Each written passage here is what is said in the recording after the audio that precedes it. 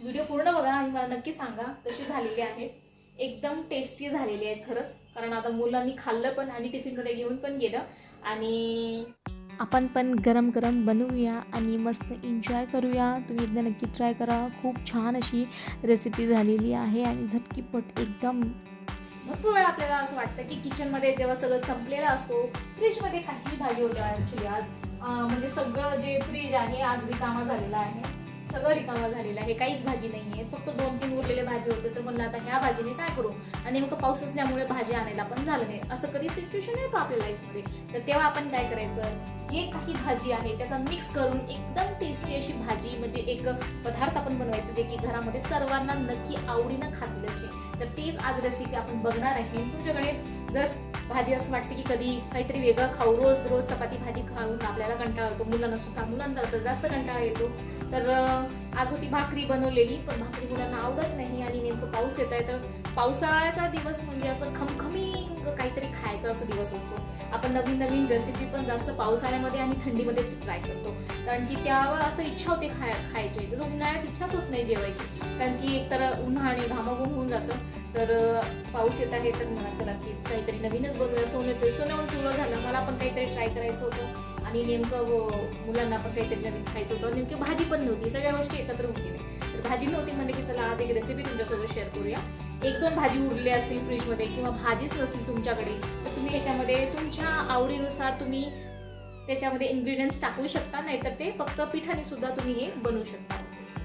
तर फ्रीज उघडला आणि बघितलं एवढंच भाजी आहे, टमाटे, काकडी आणि भोपळा, म्हणजे एकही धड भाजी होणार नाही. तर विचार करत असाल आता काय बनवू, तर विचार जास्त करू नका. चला मी तुमच्यासोबत रेसिपी शेअर करणार आहे. तर आमची सकाळची पूजा झालेली आहे, घरचे सगळे कामं झालेली आहेत. आय होप तुम्ही पारायण करत असताल. आता जे गुरुपौर्णिमा आहे त्यानिमित्त पारायण कशी करायचे, काय नाही करायचे, आमचं अजून एक चॅनल आहे बेड फक्त स्वामीचे, त्यावर मी डिटेल माहिती सांगते स्वामी सेवाबद्दल, स्वामींचे जे उपाय आहेत तोडगेबद्दल. तर एकदा नक्की चॅनलला व्हिजिट करा. तुम्ही सबस्क्राईब करू नका, पण एकदा व्हिजिट नक्की करा. व्हिडिओ आवडला, माहिती आवडली तर सबस्क्राईब करा. तर चला आता ऑलमोस्ट घरचे सगळे काम झाले. सकाळी एकदा जेवण वगैरे पण म्हणजे झालेलं आहे, त्याच्या पप्पाला लवकर लागतो त्यांना. तर आता मुलांची नाटके अशी राहतात ना आपल्याकडे की मी भाजी नाही जेवणार, मी अमुक नाही जेवणार, तमुक नाही जेवणार.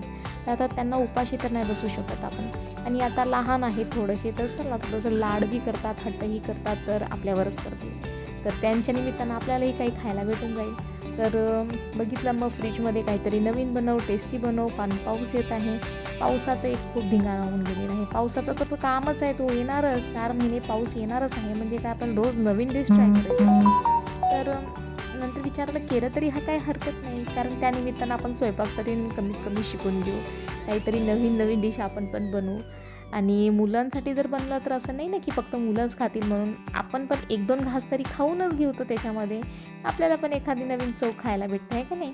तर आता थोडीशी धमाल माझी आयडिया लावली मी. तर ह्याच्यामध्ये आपण 2 जे चम्मच आहे कढीपीठ घेतलेलं आहे, 2 चम्मच गव्हाचं पीठ घेतलेलं आहे आणि 2 चम्मच जे आहे ते ज्वारीचं पीठ घेतलेलं आहे. ज्वार, गहू आणि कढीपीठ हे तिन्ही जे पीठ आहे ते 2-2 इक्वल क्वांटिटीमध्ये घेतलेलं आहे.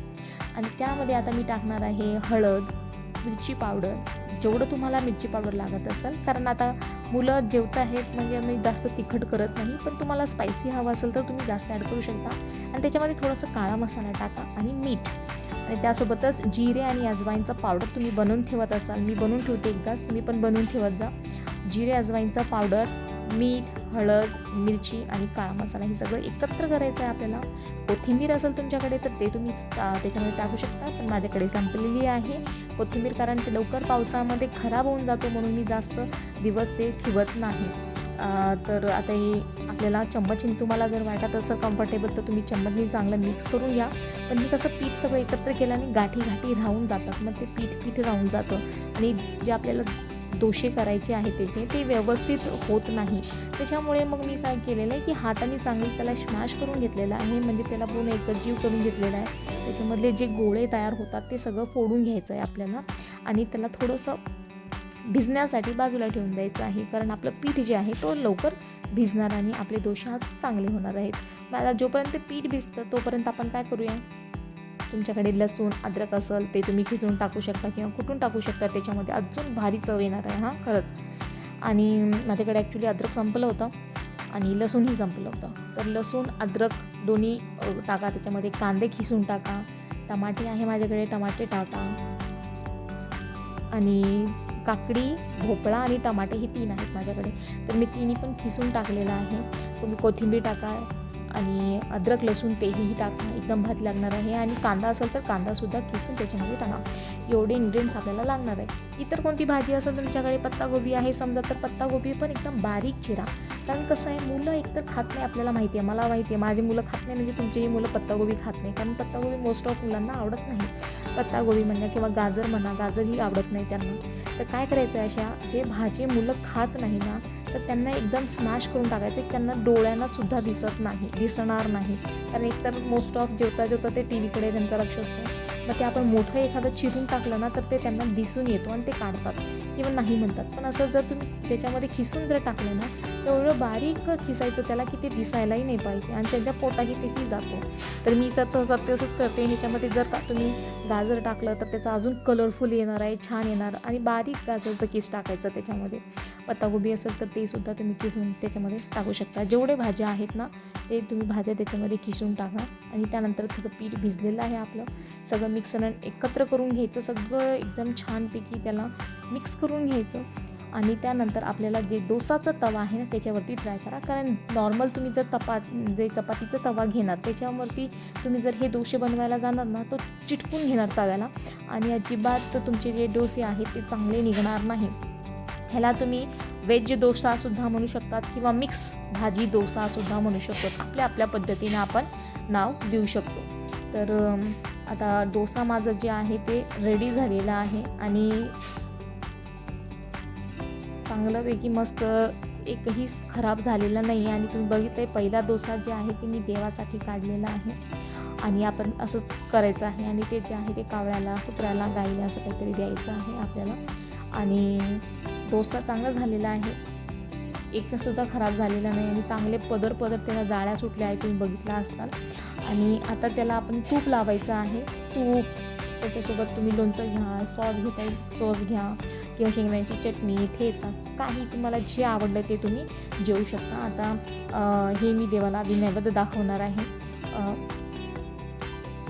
आणि आता श्रीला ॲक्च्युली भूक लागली आहे आणि ते बघा त्याचं नैवेद्य दाखवायचं. मी बघतच राहते मुलं कसं करतात काय नाही, मग त्यांना असं वाटतं की मम्मी बघत नाही, चला कसंही करून निघा.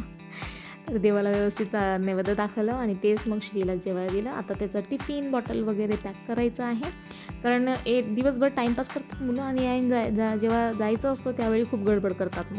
मग आता त्याला टिफिनमध्ये दिले, त्याला दुसरं काही नको होतं. त्याला म्हणलं की मला फक्त तूप लावून दे म्हणून. आणि मीठ मिरचू असल्यामुळे चांगलं पण लागतो. तो छान झालेले आहेत, एकदम नक्की ट्राय करा. लवकर झटपट तयार होणारा हा डिश आहे, कारण भाकरी आणि ते चपाती बनवून सुद्धा आपल्याला सुद्धा कंटाळा वाटतं. त्याच्यामुळे एकदम सोपी पद्धत आहे. पटकन पीठ मिक्स करायचं आहे आणि फक्त टाकायचं आहे डोशासारखं. आणि ह्यासोबत तुम्हाला काही भाजी नसली तरी चालेल, तुम्ही लोणचं सोबत जेवू शकता, दही सोबत जेवू शकता, ठेचा आहे ठेच्यासोबत जेवू शकता.